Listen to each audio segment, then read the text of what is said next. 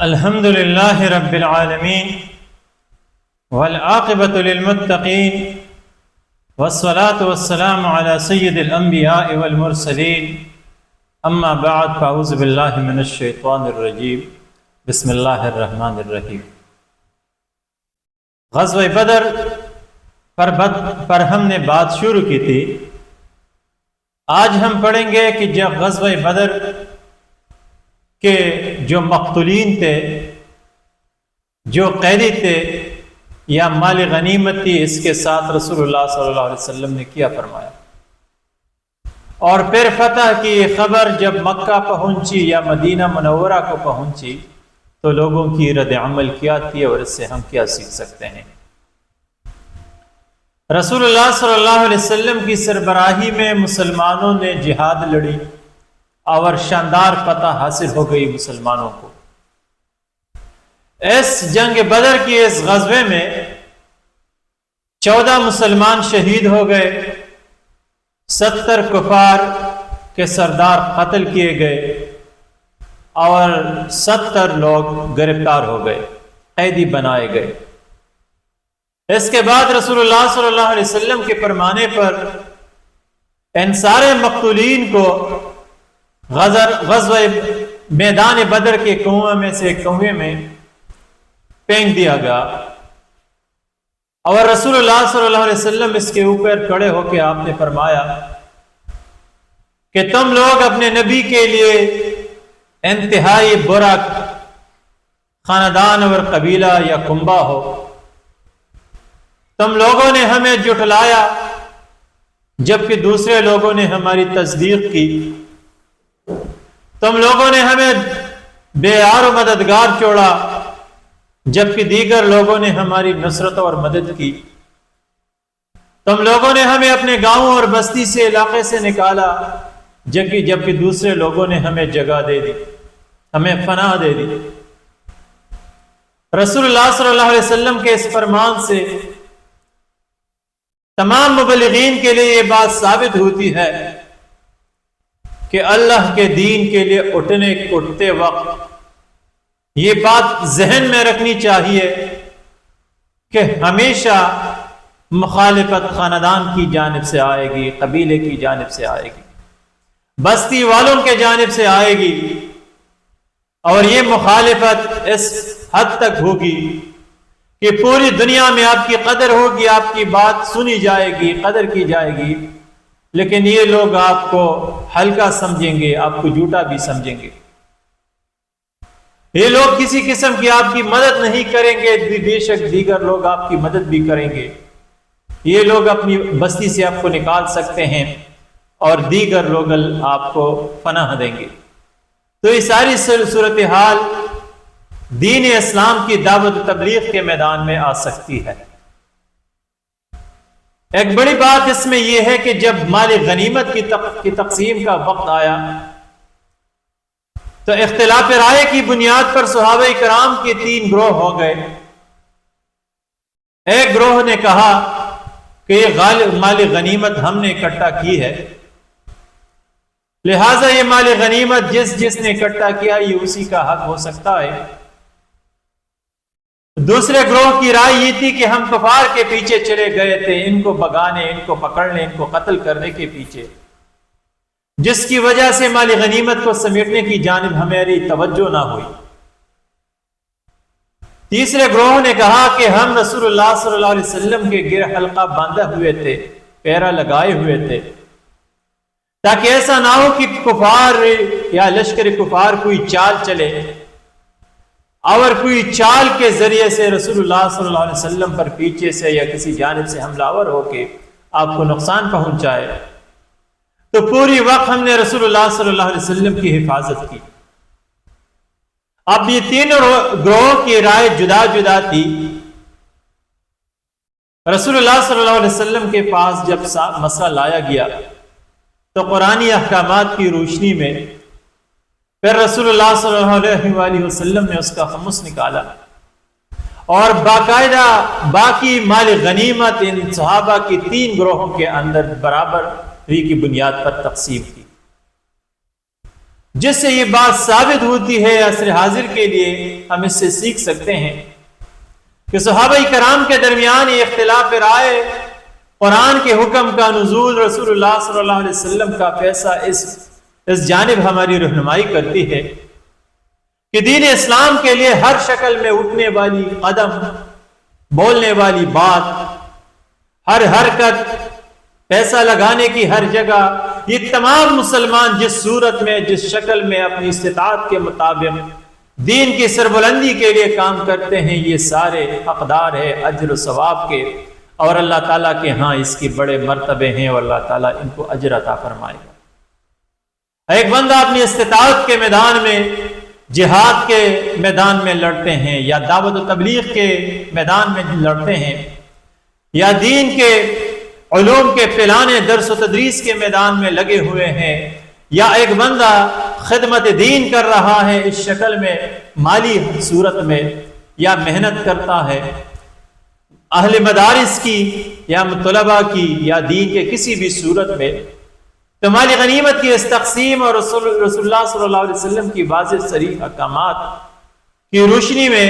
عصر حاضر میں جس شکل میں لوگ دین اسلام کی سربلندی کے لیے کام کر رہے ہیں، یہ سارے حقدار ہیں،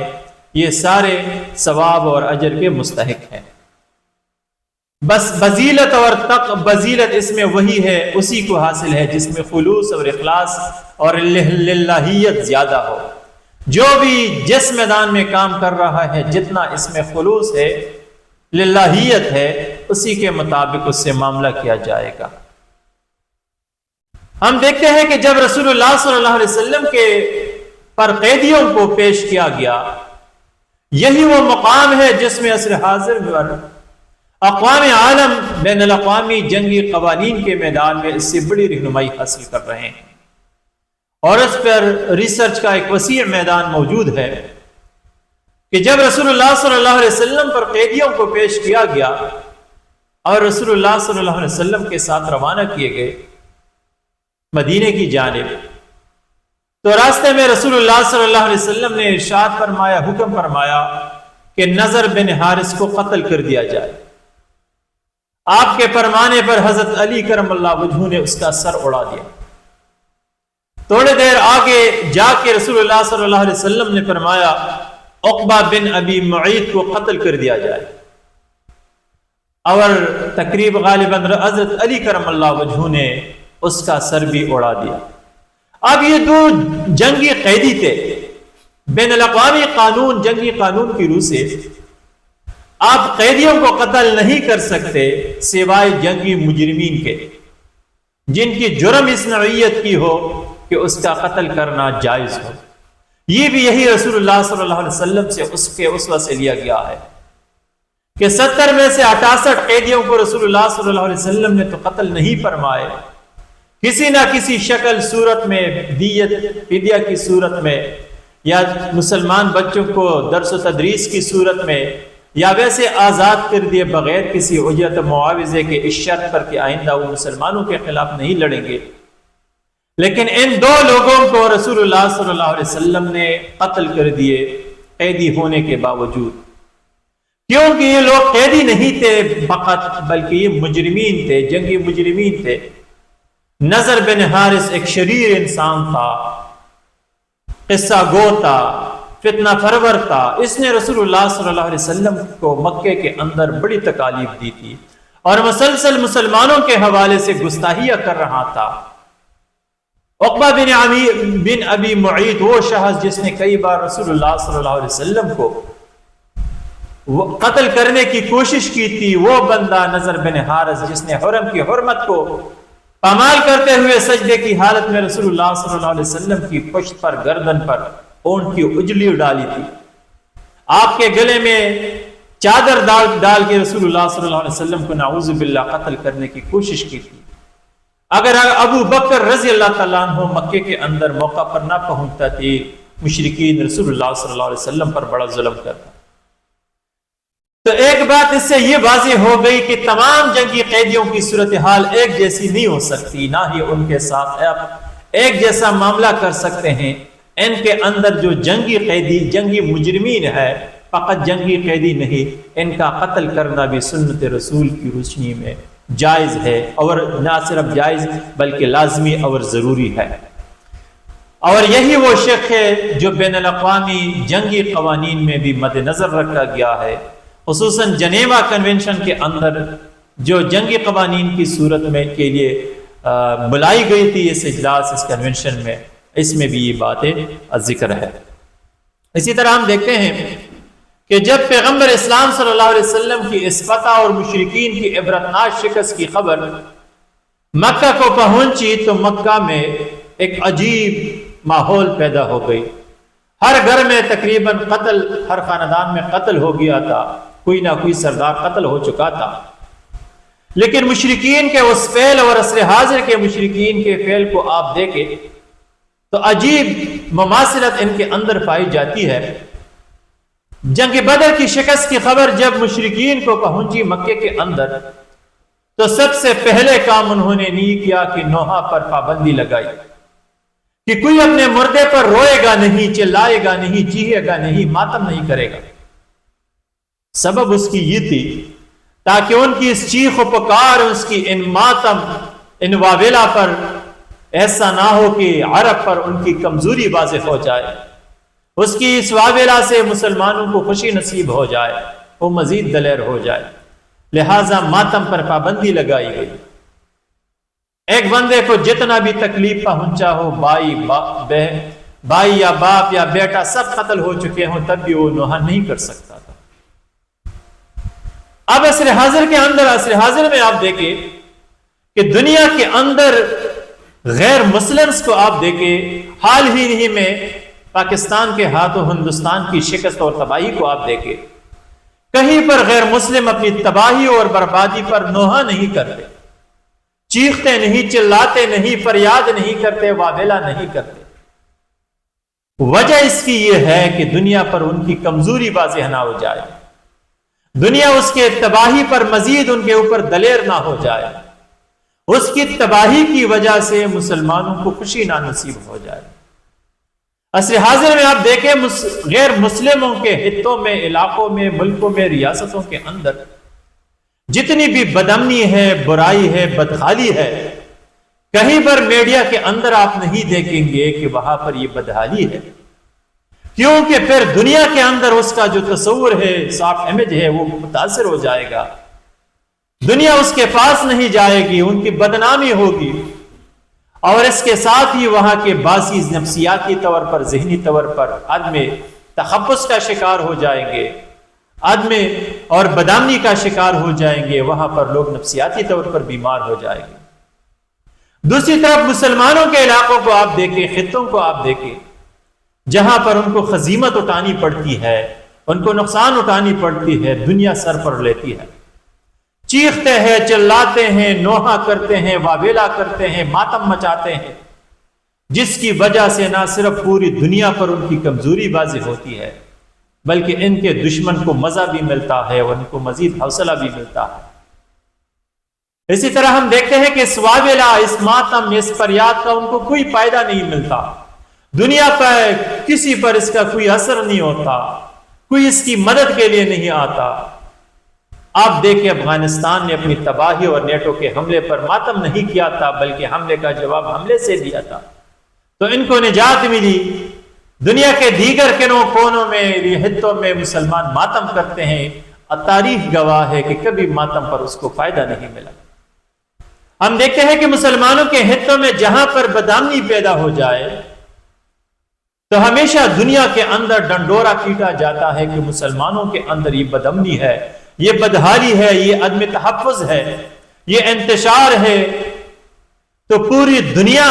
کے اندر ان کی بدنامی ہوتی ہے، پھر ان کی جانب کوئی نہیں آتا، اور دنیا کے اندر اس کے حوالے سے تصور پھیلتی ہے کہ مسلمانوں کے ریاستوں کے اندر، خطوں کے اندر عدم امن ہے، عدم تحفظ ہے، ظلم ہے، بربریت ہے، وہاں پر انتشار ہے، افراتفری ہے، لہٰذا مسلمانوں کو اس سے بڑی نقصان کا سامنا کرنا پڑتا ہے۔ تو یہ آج کفر کا، سامراج کا یہ شیوا آج سے نہیں بلکہ یہ اسی دور سے ہم دیکھیں جو غزوہ بدر کے موقع پر کفار مکہ کی تھی، اور عجیب بات یہ کہ یہی خبر جب مدینہ منورہ پہنچی تو اس خبر کے پہنچنے سے قبل ہی یہود نے اور منافقین نے مدینے کے اندر ایک فتنہ برپا کیا تھا، ایک انتشار برپا کی تھی، ایک خوف و ہراس بات کی تھی، لوگوں کو مینٹلی ٹارچر کر رہے تھے کہ نعوذ باللہ رسول اللہ شہید ہو چکے ہیں، مسلمانوں کو عبرتناک شکست ملی ہے، تباہ ہو چکے ہیں، قتل ہو چکے ہیں، ہلاک ہو چکے ہیں، اور یہ پروپیگنڈے کر رہے تھے جس کی وجہ سے مدینے کے اندر مسلمان ذہنی انتشار اور ایک بری کیفیت میں مبتلا تھے۔ تو عصر حاضر کے اندر بھی ہم دیکھیں، عصر حاضر میں بھی ہم دیکھیں تو social media, print media, electronic media کے ذریعے سے، پریس میڈیا کے ذریعے سے دنیا کے اندر یہودی لابی، مسلمانوں کے دشمن، منافقین، یہ مشرکین، یہ سامراجی طاقتیں دنیا کے اندر مسلمانوں کے حوالے سے، ان کی تباہی کے حوالے سے، ان کی بدامنی کے حوالے سے، ان کی افراتفری کے حوالے سے، ان کے انتشار کے حوالے سے پوری دنیا میں ڈنڈورا پیٹ رہے ہیں، واویلا کر رہے ہیں، ان کو بدنام کر رہے ہیں، جس کی وجہ سے مسلمانوں کے خطے تجارتی حوالے سے، سیاحت کے حوالے سے متاثر ہے اور کمزور ہے معاشی حوالے سے۔ تو یہ شیبہ اس دور سے ہے۔ پھر جب فتح کی خبر آ گئی کہ مسلمانوں کو فتح نصیب ہو چکی ہے، پھر بھی ان لوگوں کو یقین نہیں آتا تھا مسلمانوں کو، کیونکہ اس سے پہلا پروپیگنڈا اس قدر ہوا تھا۔ آہستہ آہستہ ان کا یقین ہو گیا، اور اچانک پھر مدینے کی گلیاں بستیاں ان نعرے تکبیر تکبیر اور تحلیل کی آوازوں سے بلند گونج اٹھی۔ ایک عجیب واقعہ اس وقت یہ ہوا تھا کہ جب غزوہ بدر ہو رہا تھا تو اس دوران رسول اللہ صلی اللہ علیہ وسلم کی بیٹی حضرت بی بی رقیہ رضی اللہ تعالیٰ عنہ، جو عثمان غنی رضی اللہ تعالیٰ عنہ کی نکاح میں تھی، آپ کی شہادت، آپ کی وفات ہو چکی تھی، اور عثمان غنی رضی اللہ تعالیٰ عنہ نے اسے دفن کر دیا تھا جب رسول اللہ صلی اللہ علیہ وسلم مدینہ منورے کو واپس آ گئے۔ یہاں پر دو نقطے ہیں۔ دختر رسول اللہ صلی اللہ علیہ وسلم کا جگر گوشہ وفات ہو چکا ہے، لیکن حضرت عثمان رضی اللہ تعالیٰ عنہ یہ نہیں فرماتے کہ جب رسول اللہ صلی اللہ علیہ وسلم واپس آئیں گے تو اپنے ہاتھ ان پر جنازہ پڑھیں گے اور ان کو دفنائیں گے، بلکہ خود ایسا ہی کیا، جس سے مسلمانوں کی یہ رہنمائی ہے کہ اپنے مردے کو کسی کے لیے آپ نہ روکے کہ فلانا آ کے اس کا زیارت کرے گا، اس پر جنازہ پڑے گا، بلکہ جتنا جلد ہو سکے مردے کو دفنایا جائے۔ دوسرا نقطہ یہ ہے کہ یہ فتح اور خوشخبری کا موقع تھا، مسلمانوں کو ایک عظیم فتح حاصل ہوئی تھی، رسول اللہ صلی اللہ علیہ وسلم کی حقانیت ثابت ہو چکی تھی عرب پر، لیکن اس موقع پر رسول اللہ صلی اللہ علیہ وسلم کی جگر گوشے بیٹی کی وفات ہوئی۔ عصر حاضر میں ہم دیکھتے ہیں کہ جب مسلمانوں پر کوئی خوشی آ جاتی ہے اور ان کے اندر، ان کے گھر کے اندر اسی طرح کا کوئی صدمہ ان کو پہنچتا ہے تو مسلمان کہتے ہیں کہ جی یہ خوشحالی ان پر راست نہ آئی، یہ خوشحالی ان کے لیے اچھی پیشگوئی نہ تھی، ان کو دکھ پہنچا۔ تو کہے پر مسلمانوں نے یہ نہیں کہا کہ غزوہ بدر کی فتح مسلمانوں پر، رسول اللہ پر راست نہ آئی، آپ کی بیٹی کی وفات ہوئی، بلکہ مسلمانوں نے کہا کہ یہ فتح بھی اللہ تعالیٰ کی نصرت اور آزمائش ہے، رسول اللہ صلی اللہ علیہ وسلم کی دختر کی وفات بھی ایک آزمائش ہے، اور اسے اللہ تعالیٰ کی جانب سے ایک فقط آزمائش کی حد تک ہی رکھا۔ تو ہمارے لیے بھی اس میں یہ ہے کہ ہم غم کو اسی طرح اس پر بدپالی نہ پکڑے، ہر مصیبت پر بدپالی نہ پکڑے، بلکہ خوشی، فتح اور غم سب کو اللہ تعالیٰ کی جانب منسوب کرے اور اس کو ایک آزمائش ٹھہرائے۔ رب کائنات سے دعا ہے کہ ہمیں سیرت النبی صلی اللہ علیہ وسلم کو صحیح طریقے سے سمجھنے کی توفیق عطا فرمائے۔ وآخر دعوانا ان الحمد للہ رب العالمین۔